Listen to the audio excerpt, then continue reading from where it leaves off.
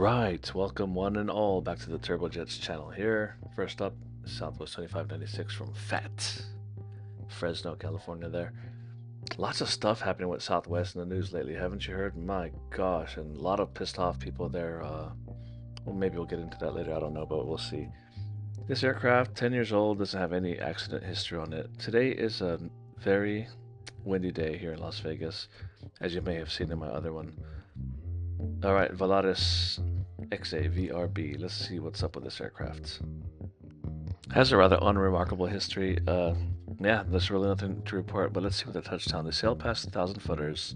There's the start of the 1500s, and right past the 1500 footers, we're going to call that about 1,800 feet down the runway. No, 1,700 feet down the runway. That's not bad. That's a good landing.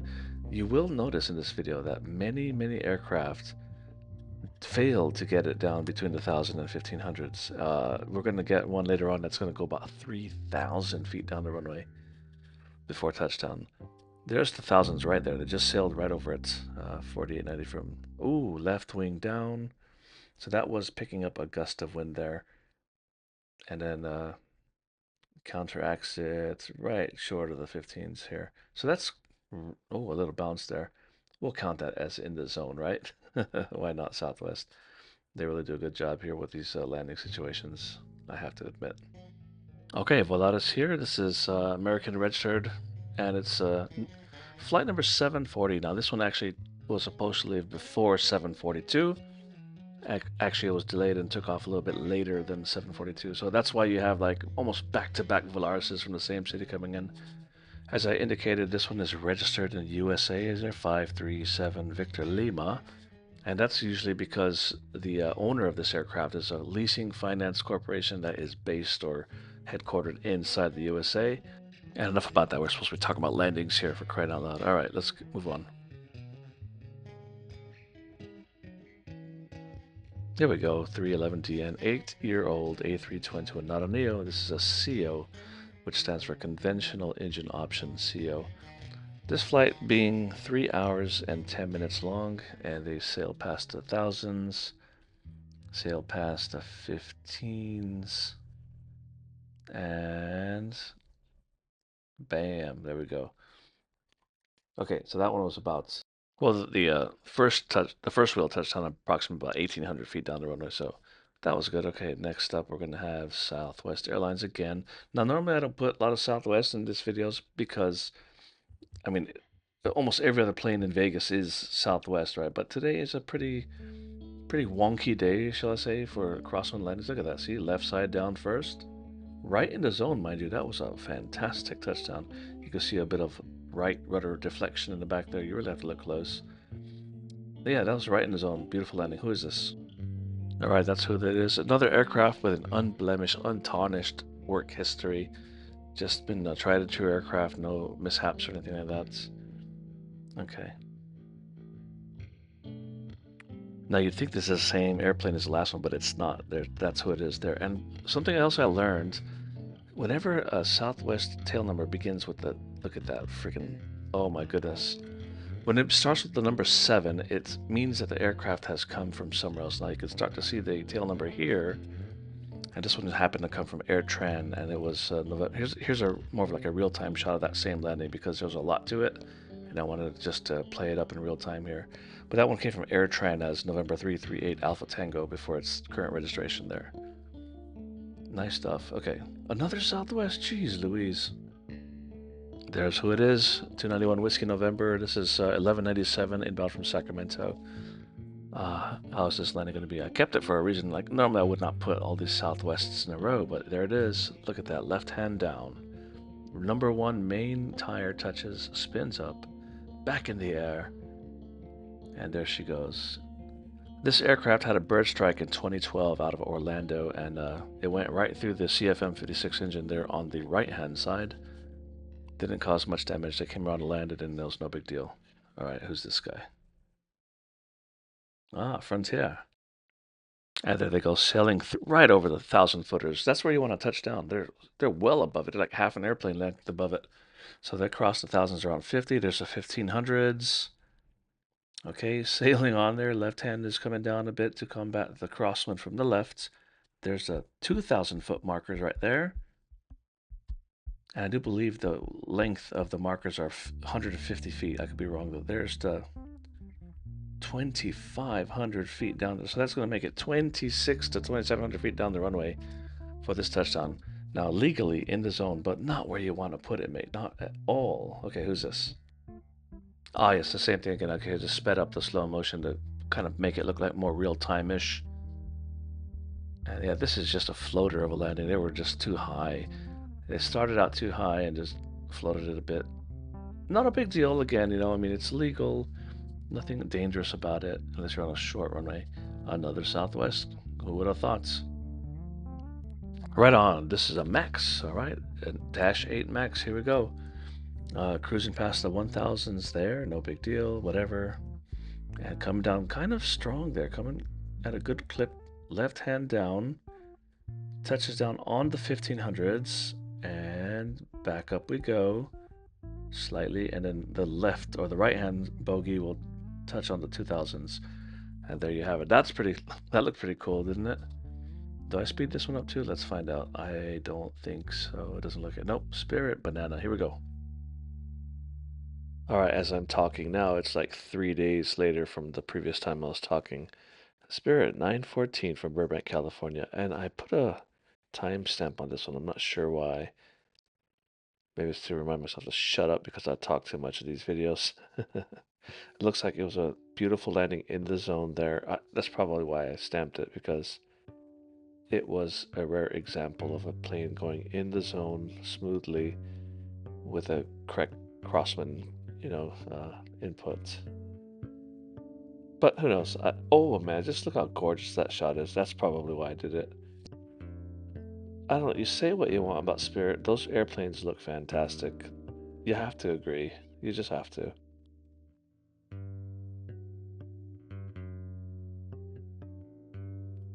Right, so this would be an interesting one because you got left hand down. There goes 1,000-footers. Picks up a gust and then goes right hand down. Well, I don't think the pilot did that. I really do think it was a gust of wind. And it ends up touching right bogey first, even with a left crosswind. And it worked out fine. It worked out just okay, 1,700 foot down the runway was a touchdown on that one. So nice, just beyond the 1,500s that we'd like to put it down by. What do we have here?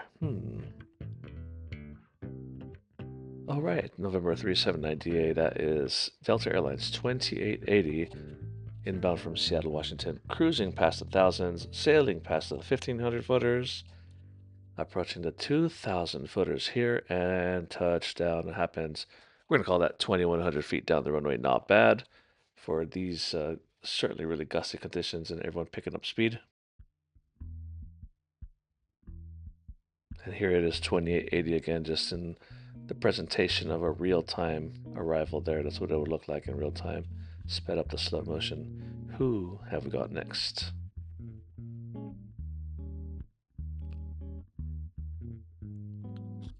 How about it now? Delta Airlines 421 from Detroit Metropolitan International, Wayne County Airport. Taking notes from the previous Delta aircraft, we're aiming for the 2000s, and just shy of that. We'll call it 1,900 feet down the runway. Not too bad, I'll take it. I love the CFM 56 5B3s, which is the updated version of the 5B4. Can you believe that? Bro, like, do I give him credit for that first touchdown, which was about 1,300 feet, right in the zone? Oh my goodness, up they go, sailing past over the 2000s. Right hand down first. Ooh, it looked like it went back up again even. Yes, it did. That was a triple touchdown, my friends. Well done, Southwest. Hopefully I sped this one up. Let's see what happens. I'm not holding my breath though. Ooh, yes I did. Okay, a 1. Wow. So he definitely was carrying extra airspeed on this gusty day. No fault to him for that, That's just what you gotta do sometimes, mate. All right, Avelo. That's how I think you say that. Avelo. Avilo. Avelo 800 here is coming in from Santa Rosa. I have no effing clue where that's at. Cool thing about this airplane, it used to be Southwest Airlines, and in July of 2012, they had a depressurization over California at 39,000 feet. They got down to 9,000 feet in 9 fucking minutes. That's how fast they went from 39,000 to 9,000 in 9 minutes. Kudos, bro. Who's this guy? I've got no clue. Oh, here we go. Okay, Frontier Flights. Sailing over the thousand. Okay, 3015 from Salt Lake City. I didn't know they did that route. There's a 1,500 footers. Continuing on now. These guys. Look. Oh, look at the mascot in the back. How cute is that? What's this? The 2,000 footers? No way, dude. This is going to be a long freaking landing right here. 25 and change. 25. Okay, 2,600 feet. We'll call that one. Eek. It's got to do better, my friends. It's not illegal. It's still a good landing. Anywhere you go, any city you're spotting at, these bananas always look fantastic. You know, they just look fucking awesome. What else is there to be said? Spirit Wings 390, Reno, Nevada, in a 321 Neo. Interesting stuff, man. All right, there's 1,000 feet. How far will these go? Ooh, right hand down. No way, dude. Please tell me I speed this one up. This is a floater, a roller. Oh, man. And you know, when it's windy like this, people always add a few knots to their VREF because you don't want to be in a situation like Endeavour in Toronto where they dump the thrust and the aircraft will fall out of the sky if you're at idle too soon, you know. So we carry a little bit extra speed and to combat that. Oh yes, real-time-ish looking shot here. Yeah, so wobbly, floater, back up. He probably had a few extra, too many knots of airspeed there. Right, what is there to be said about this former America West airplane coming in from Phoenix? I guess I wanted to showcase the engines spinning on those IAE V2500 series motors as they sail past the 1500s. Uh, ooh, there's no music playing, if you can call that music. 2,000 footers. Yeah, you know, I can't envision myself paying for music to put as a backing track, so I just grab the freaking guitar or the bass guitar and just make my own shit. And that's the noise you hear in the background. This one seems like it's a little bit too loud. All right, next up here, Spirit Wings. Ooh, November 921 NK. This is one of the bad powder metal birds inbound from Houston. Bad powder metal birds, meaning the Pratt and Whitney engine bullshit affected this aircraft, and this has since been fixed. That was a perfect touchdown. Look at those freaking fan blades there. This is probably the best landing in the environment here today, right here. All right, they did a fantastic job in the zone. Both bogies touched down at the same time. There's the right rudder there to combat the drift, because when the aircraft rights itself, you don't want it to swing too fast as it rights itself. Ooh, heavy jet time. That means we're getting to the end here. Now, KLM 635 Heavy from Amsterdam. This airplane has some history. In 2024, in June of that month, it experienced a cracked windscreen in flight. Next month in July, there was a mystery hole found, and in December last year, the smell of pigs caused a diversion of this aircraft because it smelled too bad. Can you imagine, dude? Why'd you guys divert it? Was it a mayday? Nope. Did you have a pan situation? Nope. It just stank too bad, and we fucking diverted to Bermuda because it stank too hard. Oh god. This I don't even know where they landed on that one. This plane we've seen before in my videos. This is the Moana 2 livery on it, the stickers. Oh god, I can't conceive of the now I think it said there was like 200 or 380 passengers on that Amsterdam flight that diverted, and I guess It just got too pungent of a smell, and it just said, "Fuck this, man. We're out. We're gonna go divert to Bermuda." But I don't remember the city prayer. You can look it up, man. So there were 100 pigs on, or where that's in the zone, dude. That's between the thousands and fifteens. Of course, it takes 2 city blocks to touch down an A330 because of how graceful and how it's designed. You'd never see a 330 land hard, dude. And it's because of the wing design, you know? I, go online and try to find one, dude. It's one of the hardest things to find, an A330 touchdown hard. But, all right. I think that's going to be it. You know, I did cut out a lot of airplanes from this video. It was originally an hour long. Who the frick has time for that, right? Oh, this is it in real time. Well, if you stuck it out to here, you're the best. Please subscribe, like the video, whatever, to the 20 people that are watching this. Thank you so much for coming back. And don't do any stupid shit out there, right, bros? Take it easy. Turbojets, peace.